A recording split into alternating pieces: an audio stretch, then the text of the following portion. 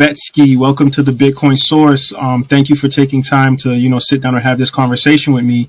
Can we start things off by having you introduce yourself to the audience and to the world? Really brief intro. So I think most people know me as kind of a Twitter personality or a Bitcoin author. I think I might be one of the more prolific writers in Bitcoin. Well over 1 million words on Bitcoin. Shitload of articles on Bitcoin Magazine. At the time of this recording, I've just finished the first draft of my second book called The Bushido of Bitcoin.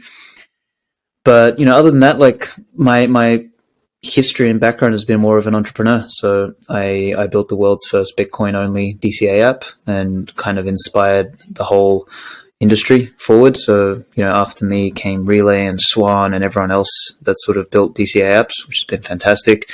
And before that, I just had a whole string of businesses, some which were successful, some which fucking blew up in my face.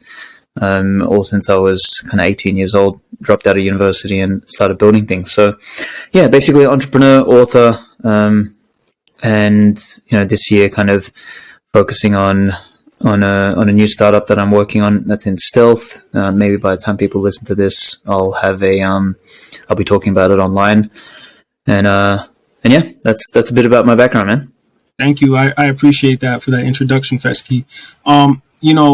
Before we get into your book, the Bushido book, I really wanted to really know, your early beginnings, like where you sourced your Bitcoin knowledge from, like what might have inspired you as a Bitcoiner, in your earliest days, whether it be books, courses, or even people. So could you kind of give a brief background on that? Yeah, man. My early inspiration was actually, I credit a lot of my thinking around Bitcoin to Andreas Antonopoulos.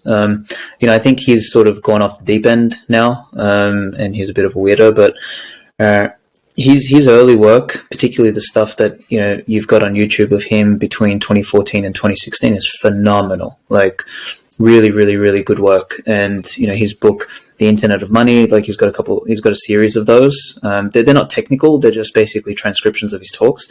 Absolutely fantastic. So a lot of credit there.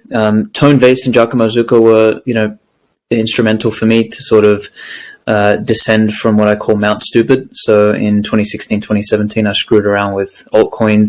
I screwed around with, what we now call affectionately shitcoins in 2016, 2017. I messed around with ICOs and this and that and all sorts of garbage. And yeah, it was kind of Giacomo Zucco, Tone Vace, and then, Seyfedin sort of wrote his Bitcoin Standard, Jimmy Song. They were instrumental in sort of making me think a little bit deeper about, why are we here? What are we doing? Like, are we here to, print new digital money, like, which is essentially what crypto is, or are we here to like support sound money and, what impact that has on the world? And, the rabbit hole continued to deepen, with Seyfedin's book, and then with, work from people like Gigi, etc. Like he and I connected early on. Breedlove and I connected early on, and I think, yeah, very, very quickly I sort of doubled down on the Bitcoin narrative, and I think a lot of my prior reading and history in, understanding sort of the world and anthropology and human history and, the little bit I dabbled in Austrian economics and stuff like that, just things really made sense for me with respect to Bitcoin. And yeah, I became one of the dreaded maxis pretty quickly. It's kind of crazy, right? When people talk about toxic maximalism or just being Bitcoin only, there's so many layers and levels to it. And, a lot of your writing has inspired me, like the Remnant, that series was just so instrumental for people that really understand what Bitcoin is. And, they're willing to stand on their beliefs, even if they get backlash or they get flack from the community. And totally. I think that we, sometimes need more people in the Bitcoin ecosystem that's like that. Of course you have Max Kaiser and some people that are, on another level with it. But I've always, really respected the fact that, as a writer myself, someone that could kind of really elucidate on some of these things that true Bitcoiners go through and what the expectations are going to be for people down the road. Totally, man. Totally. I mean, we're in an interesting phase of Bitcoin's life, and I wrote a little bit about this in the recent article that I published. The 3 generations theory of Bitcoin is that this first generation is kind of the infection stage, and Bitcoin's got to infect the system, and that doesn't mean mass adoption. Like, it means like getting into the system, co-opting the financial system, getting into the hearts and minds of people, getting entangled into institutions, into people's finances, into government, into all sorts of things like that. And the kind of person that is required to be an advocate of Bitcoin during that phase is someone who is fundamentally more of a radical, like more of a remnant type person. Like, it's not going to be your average Joe, right, that is going to be drawn to Bitcoin and its appeal during that first phase. It's just not the case. So yeah, at this point, like, I think we still have another good, 5 years basically to the end of this decade of, Bitcoin sort of, getting through its first era or its first generation. And hey, yeah, it's going to be a bunch of us crazy people, getting onto Bitcoin. Yes, most definitely. I can agree with that. And Svetski, I really want to get into your new book that you're releasing, which, congratulations, by the way. I'm super excited for you.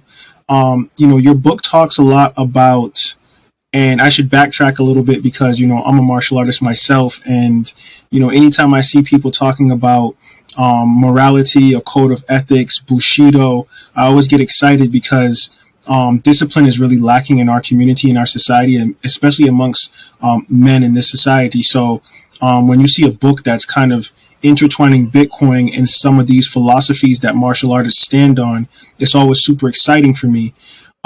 Your book talks a lot about the moral code that Bitcoiners should follow, besides having this, ostentatious spending or flexing for social media if they're a whale or they, amass a bunch of Bitcoin. And, there's a saying that making money is an action, keeping money is a behavior, but growing money is wisdom. How does this book teach people the wisdom behind Bitcoin? Yeah, so let me preface. I think you opened that up really well, which is the question that I'm trying to answer, or at least the inquiry that I'm pursuing in this book is different than what most other Bitcoin books are looking to do. Most Bitcoin books are talking about the how and the why of Bitcoin succeeding and how it works and what it's going to do and all this sort of stuff. My question is more, all right, well, let's say we do succeed, and then all of us Bitcoin hodlers, move from socioeconomic middle class to elite class very, very quickly, like in a short span of time. Who do we become? Do we become degenerate sort of Louis Vuitton, Richard Hart type figures? Do we become a new parasitic, political elite? Or do we become men and women of virtue? And, what I then try and do with that is I say, all right, if we want to be the latter, the men and women of virtue, like what are the cultures that have shown the greatest degree of virtue in their norms and in the way they live, and in their leadership, for example. And the most moral cultures are actually, and this will come as a surprise to some people, but the most moral cultures are the warrior cultures, because those cultures live and breathe and exist at the edge of life and death, right? Like, there's no greater stake than the moment of war. So in order to subsist and persist as a culture, there needs to be some sort of code that people are willing to live and die by. And you don't have that a lot in modern times, because I think we have this sort of false sense of peace. And we've kind of been told that peace is a virtue. And I, like, during my study and thinking, and deep dive in writing this book, I've come to realize that I think peace is actually a very low. It definitely is not a virtue. Perhaps it's not a vice, but it's kind of like a low value at best. I think the greatest things generally come from conflict or struggle or competition, which are basically variations on war, right? So anyway, what I tried to do, and the reason it's called the Bushido of Bitcoin, was I drew a lot of inspiration from the samurai code, where the word Bushido comes from. So in a sense, essentially in Japanese, Bushido means way of the warrior, basically. And if we look at the what Bushido was in the medieval or feudal Japanese period, it wasn't a written code per se. I'm sure there was text and stuff like that referred to the virtues and values that needed to be embodied by a samurai, but it was essentially like an unwritten code, and it was an expectation of a set of virtues that a samurai should embody if he was to be considered a samurai. So it wasn't just you have your sword and you're born into a samurai family. Well, that obviously mattered because there was a class structure, but to really be a samurai of worth and of respect, you needed to develop and embody these virtues. And, that sort of training and inculcation started from a young age. And anyway, the sort of the 8 virtues, and I don't have it in front of me, but off the top of my head were, justice, courage, benevolence, compassion, duty, loyalty, respect, self-control, and there's a couple others there that's just sort of not coming to the top of my head now, but they were sort of what were expected of samurai. And what I did other than looking at that culture was I looked at some other cultures, so the Spartan culture, the ancient Macedonians, a little bit about the early Persians, the chivalric culture out in the West, of sort of like the Arthurian and medieval Europe, and you just found these parallels everywhere. The kind of virtues seem to be very, very, very, very similar across each of these cultures. And what that told me was there's something here. And anyway, the book then sort of goes on to say, well, if these are sort of the virtues that have called upon the best of men, and you know what, this is probably more of a men's book than it is a women's book, because the kind of virtues that men and women should embody, I think, are different anyway. And I'm a man, so I will obviously write more for men than I do for women. Although I do hope this sort of inspires both genders. But I asked the questions like, can we learn something from these cultures? Because if you look at the whole meme, the good men create strong men create good times, good times create weak men bad times, bad times strong men. It's like the period of peace is actually the good times that create weak men, right? It's the wartime that creates the strong men. I think if we can sort of bring some of those virtues forward and combine it with like the economic reality of Bitcoin, we may have a chance to maybe at least shrink the bad times, or make the amplitude of the bad time, less severe. I don't know. I think there's something there, and it's definitely an idea worth exploring. Yes, and that makes me think about when I was actually still a martial artist, and my sensei would make us learn a process called TAM, TAM, which was the total approach to martial arts, and it was beyond your physical attributes or what you could do in the dojo on the mat. It was also based around your philosophical ideas and how you think about things and having self-control. And that makes me wonder and ask this question to you, Svetski, which is, out of all of those virtues, and I know we don't have a list of them right in front of us, but what would be the one virtue that you would love for Bitcoiners to kind of adopt from this book? Oh, that's a tricky one. I think the answer is excellence. So the virtue of excellence is actually not generally written in the Bushido of Bitcoin, and it's not really referenced in other moral codes, but I feel like it's extremely relevant for us because I think excellence was almost a given in those cultures. Like they didn't have to talk about it as a particular virtue to embody.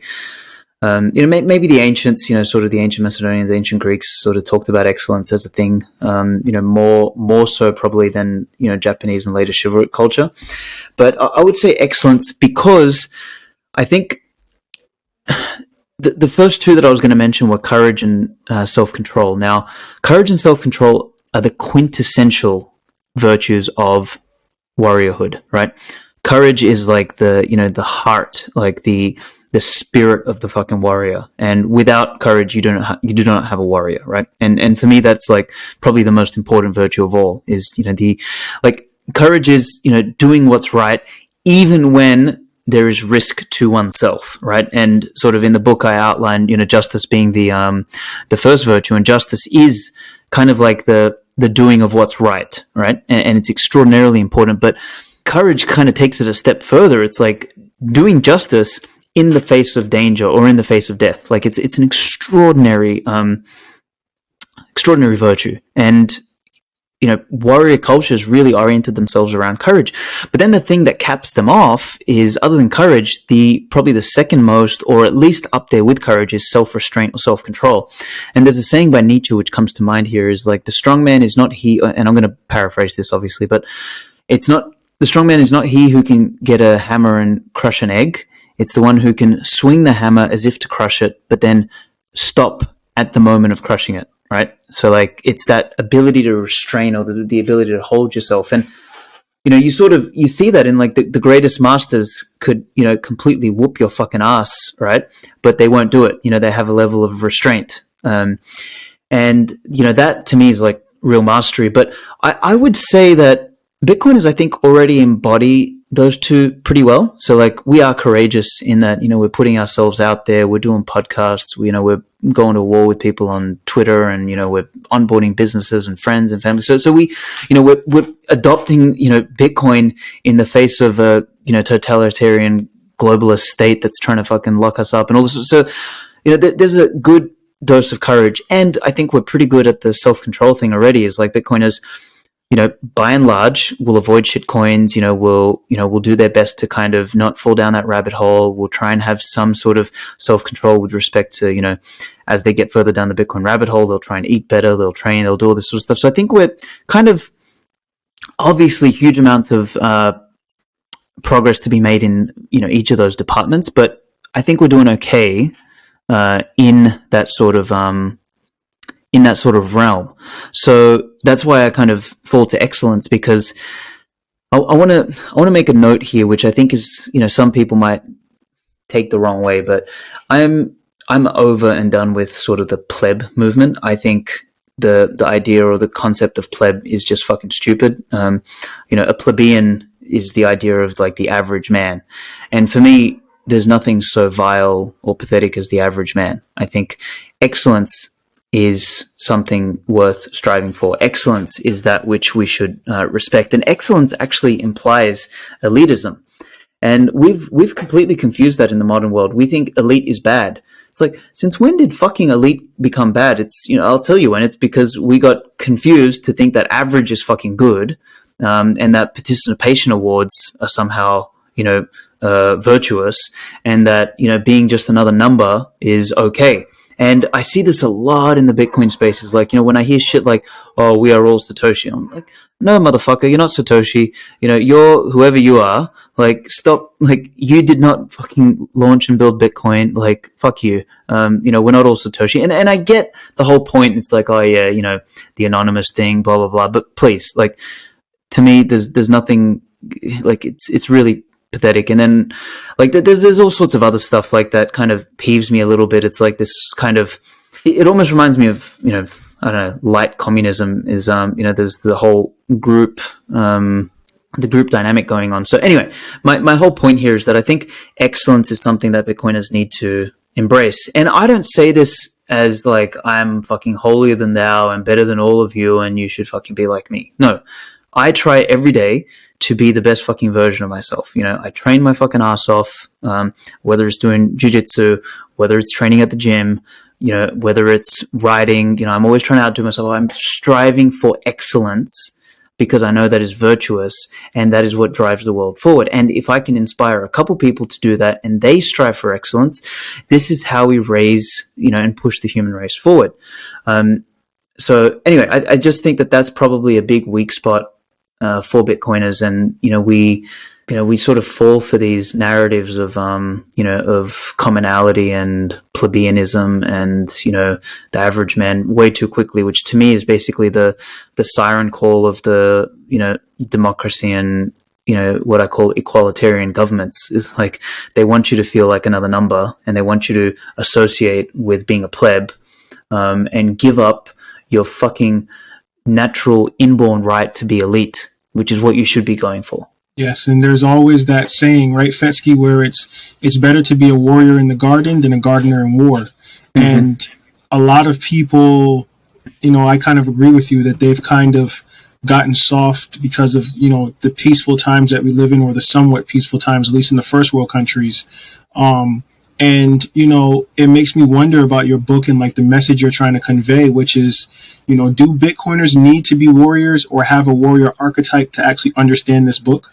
I mean, I think those who have a natural predisposition to warriorhood or combat or conflict, I think will naturally appreciate and gravitate towards the book more. And I think they will find a lot of validation in their own predispositions in reading the book. So I think that'll be powerful for them. But then I think those who don't necessarily associate with that archetype, I think they would find a lot of value in sort of understanding that. I think a big takeaway for them is going to be what we sort of mentioned earlier: peace is not a virtue. Like, I think a lot of the Austrian economics, libertarian sort of thinking and ideas that are very prevalent in the Bitcoin space. And look, there's a lot of merit to those ideas, but I really try and question those here. And I'm not saying they're wrong or right. Like, I actually just question. I'm like, hey, is peace something worth striving for? Or should we be orienting to a better North Star? Because what effect does peace have on the heart and spirit and mind, of a human being, and then of a civilization then at large? And if countries like Australia or Canada are any indication, they are historically the most peaceful countries in the world, and they were the quickest to become fucking gulags. In the last couple of years. So, what does that do to the populace? So yeah, I think those who have a natural predisposition or an aversion to conflict or war or things like that, I think they should read this and then tell me what they think. Let the book challenge them, because there's nothing better than reading a book that'll challenge you from someone that you generally agree with. Like, this will be the best part of the book, is like Bitcoiners that we all agree on Bitcoin, and then sort of like reading it and be like, well, fuck you, I'm a pacifist, and let me challenge you that maybe there's something more, maybe there's something you're missing. And I think that everybody has this fight or flight response inside of them naturally, but sometimes more people's are suppressed, or they're just not there just because they've been mundane for so long. And even for myself, like, I do so many different things in the space, and it's kind of difficult to not get pigeonholed into certain sectors. Like, if there's something that I believe in, or just different little avenues where at the end of the day, just like to not cause confusion, I always tell people that, I'm a Bitcoiner first, and I believe in freedom money, which I think Bitcoin is.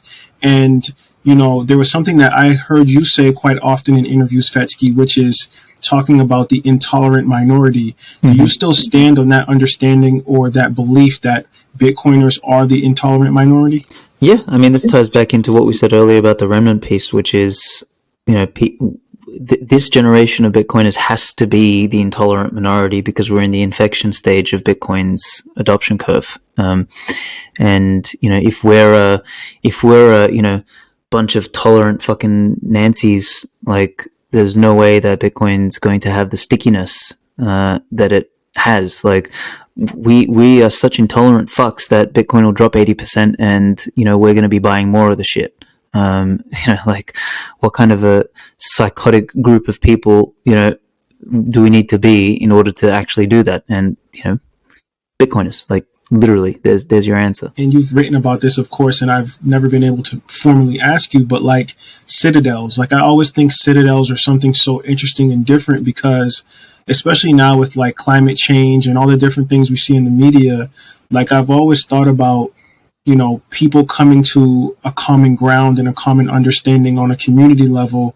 where, a bunch of Bitcoiners just get together and create a town or create a villa or something where, there's farming, there's collective circular economy, there's people that actually, stand up on morals and principles and honesty. And I've always wanted to like really hear, your thoughts on like Citadels and the Citadel movement for Bitcoiners.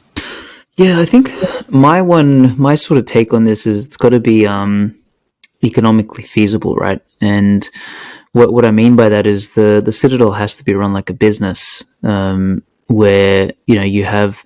I think the only thing that keeps the relationship between a so-called citizen and governor, of a territory is the customer service provider relationship. So, if the relationship transforms into, the overlord and, fucking serf, which is essentially what we have, like, in this citizen government relationship, you know, obviously things get ugly, and we've seen that. So how do we create a situation where you're a customer of a territory? Like, because I've never I don't know about you, but I've never walked into a restaurant and had the waiter slap me in the face when I took an order, right? Like, it just doesn't fucking happen. I don't walk into a car dealership, go to buy a car, and get punched in the face. It doesn't work like that. So, like, when you're the customer, you get treated pretty damn well. And it's even the same when you visit countries as a fucking tourist. Generally, people treat you better. Like, and even though they don't really have to, and it's not like you're bringing a huge incremental difference in terms of money to their economy, but generally they treat tourists better. So, like, how do we do that? And maybe the Citadel model is a solution to that. But then the question then is, like, okay, so what does that Citadel model look like, and how does it function? And that's where my guess is that it operates more like a probably a company, and where that company is ostensibly the owner of the territory, and maybe there's like shareholders of that company, so that way there's like a group of shareholders that own the territory, and that could be the founding fathers or the founding partners, who might be all Bitcoiners, right? They go and buy a huge chunk of territory, and then they operate the damn thing, and then people who come in, they're not. Maybe what they do is they just pay a membership fee, and in that membership fee, maybe they get like, a place to live, and, they get the right to, run a business and all that sort of stuff. And, that's sort of how they operate. I don't know, obviously the specifics of how these things are going to function, but I feel like it's going to be more like that. I used to think that, they'd be, more like anarcho-capitalist sort of, flat organizations and no rulers and stuff like that. But the more mature I get, the less I think that that's viable, because I think there's too much fragmentation at the individual level for anything to operate properly. Like, I think there will be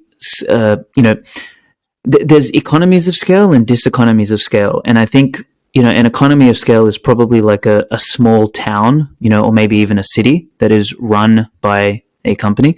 And then anything larger than that, I think, starts to suffer from diseconomies of scale, because the larger something is, the harder it is to, like, the more problems you probably have with like some of the outlying people, but then also the harder it is to manage and the harder it is to make profitable. So I think we'll find basically different territories finding a different economic mean in which they can operate, and those, I think, will have different flavors of Citadel, different sizes. Like, the more flat a territory is, the larger it actually can be.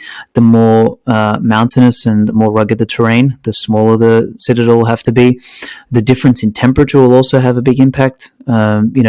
Stable temperature throughout the year will probably make for larger territorial operation. Harsher temperature will probably require cooperation more at the local level, so you probably have smaller territories. So there's all these variables that we'll find out. But I mean, I don't know whether we'll see Citadels completely in our lifetime. We'll probably have some prototypes, but I think take it out 100, 200, 500 years from now, I think the world will function on a Citadel model more than what we have now in the nation state model. Nice. I love those thoughts, man. It's always good to just hear people thinking about this, because I remember like the Citadel movement was pretty big at one point, and it's kind of like died down a little bit. But it also makes me think about when you talk about territory, and just kind of ties back into your book, Svetski, where I think just from traversing your book briefly and seeing the introduction and a few pages of it, it reminds me of like the blueprint of what it means to be like an alpha male. And I think a lot of people, they don't like that term, or they try to label you as an alpha male, and anybody that agrees or disagrees with you is either for it or against it. And I'm kind of in the middle. And I think that when you look at like traditionally, like the animal kingdom, for example, like you see a pride of lions, the alpha male, which is the male lion, he tends to be, when you're a leader, you tend to be very quiet, set back. You have nothing to prove. When that lion is, guarding his territory, you don't really hear him or see him until there's either a food source or another male is infringing on his territory. And I think that your book is giving Bitcoiners, preferably male Bitcoiners, kind of that blueprint of like what it's like to be an alpha male again, as far as like your principles go. And I just wanted to thank you for kind of sticking your neck out there and, being someone that will spark the conversation, whether it brings controversy or not, about some of these principles that we're slowly losing inside of our community and in our society today. I mean, yeah, I think the book definitely pushes on this sort of like masculinity angle for sure. Like, and that was I wanted to write a book dedicated to sort of like the manhood movement, but I just don't have the time for that shit at the moment. But, this book sort of really leans into that ideology. There was actually a section in the book which I kind of parried down a little bit, but it was kind of like a man's duty in a warrior culture and, what that looks like. And I want to pull on the thread what you said about territory. So there's a fantastic book written by an anthropologist called Robert Ardrey. And if people have listened to my podcasts in the past, particularly with Trav, he and I have spoken about this. But Robert Ardrey, brilliant anthropologist, kind of from the 60s, kind of like what I would consider a based, anthropologist. And he writes about how species, particularly social species, evolve. Like their primary drive is actually territory, not sex. Like territory comes before sex, which is wild. Like, because most people think that sort of sex and reproduction is the fundamental driver of everything. But he makes a series of observations, a very strong case for territory kind of coming before that, and sexual selection being a function of territory. And man, there's something deep about that idea, and it actually maps very nicely over to the idea of private property, which is an abstracted form of territory. So anyway, I'd recommend people to take a look at that book. At some point, I'm going to do an essay on sort of the territorial imperative and how that relates to private property and Bitcoin and things like that, and maybe what sort of citadels of the future look like. But to sort of sum up that point, like territory for a male, particularly, is sort of the fundamental building block of his existence. Like the masculine is about mastering domain, and domain is territory, and your domain can be your own body, your domain can be your mind, your domain can be your skill set, your domain can be your fists, your domain is your house, your domain is your business, your domain is the territory which you govern or rule over, your domain is your family, your wife, your children. Like that is all your domain, your property, your territory. And a man is wired to provide and protect that. And it comes with such a duty and a responsibility, but also, it requires these virtues of courage and self-control that I sort of discussed earlier. It requires compassion and benevolence, magnanimity. Like it requires all of these things because, if you're a territory operator and you don't have compassion or magnanimity, for example, you become a fucking tyrant. So like all of these virtues are extraordinarily important to sort of come together. And it is, my book is a calling upon male, masculine Bitcoiners to sort of take on that mantle and be better men, be better leaders, be better territory, operators, whether that is a commercial territory, or your social or familial territory or your personal territory. Lead that shit better, own it, fucking prove that it's yours. And I hope that sort of the book gives them a bit of a blueprint as to how to do that better. So thank you for picking up on that. Yes, thank you, man. I love that, man. That was an awesome response. And, for all the Bitcoiners out there that are really looking for a sense of self or principles or, just kind of a standard to kind of stand on if you're really into, being hyper masculine or alpha, or just not even being alpha, just being someone that is kind of trying to find a way to just be a better Bitcoiner, a better human being, I think that this book is definitely going to change your perspective on how that approach might help you get there. Svetski, this conversation has been awesome. I really, really enjoyed it. Could you give people your social media handles or any future endeavors before we leave? Absolutely, brother. So the best thing to catch me on is Twitter at Svetski Writes, WRITES. Or if you just type in svetsky.info online, I think you get taken to my link tree or something like that, and you can sort of see all my links there, Amazon and everything like that. And yeah, hopefully by the time you're listening to this episode, the Bushido of Bitcoin will be out on Amazon, so you can pick up a copy, or I believe it'll be available also on Bitcoin Magazine as a publisher. So yeah, I hope you pick up a copy, and I hope you find it meaningful and that it has a positive impact on your life. Yes, once again, Svetski, thank you for taking time to be on the Bitcoin Source. Have a good one. Thank you, brother.